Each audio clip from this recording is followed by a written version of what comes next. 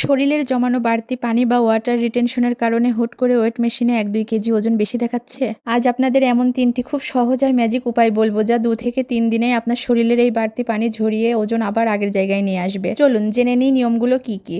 1. খাবারে লবণের পরিমাণ একদম কমিয়ে দিন।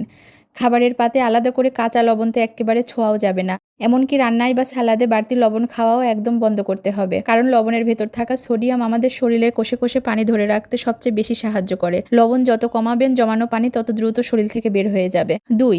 বেশি করে পানি পান করুন। শুনতে একটু অদ্ভুত আর উল্টো মনে হলেও এটাই কিন্তু আসল সত্যি। আপনি যখন সারাদিন কম পানি পান করেন, আপনার শরীর তখন ভয় পেয়ে যায় যে সে বুঝি আর পানি পাবে না। তখন সে তার ভেতর থেকে পানিটুকু খুব শক্ত করে জমাইতে শুরু করে। তাই শরীরকে আশ্বস্ত করতে সারাদিনে অত্যন্ত 3 থেকে 4 লিটার পানি পান করবেন। 3. পটাশিয়াম সমৃদ্ধ খাবার। ডায়েটে মাঝারি সাইজের কলা কিংবা 1 গ্লাস ডাবের পানি রাখুন। পটাশিয়াম আমাদের শরীর থেকে জমানো বাড়তি সোডিয়াম আর আটকে থাকা পানি প্রস্রাবের মাধ্যমে খুব দ্রুত বের করে দিতে জাদুর মতো কাজ করে। সবসময় মনে রাখবেন, শরীরকে কোনো ভুল বা কঠিন শাস্তি দিয়ে নয়, সঠিক পুষ্টি আর নিয়ম মেনে চললেই কিন্তু সুস্থ উপায়ে ওজন কমানো সম্ভব।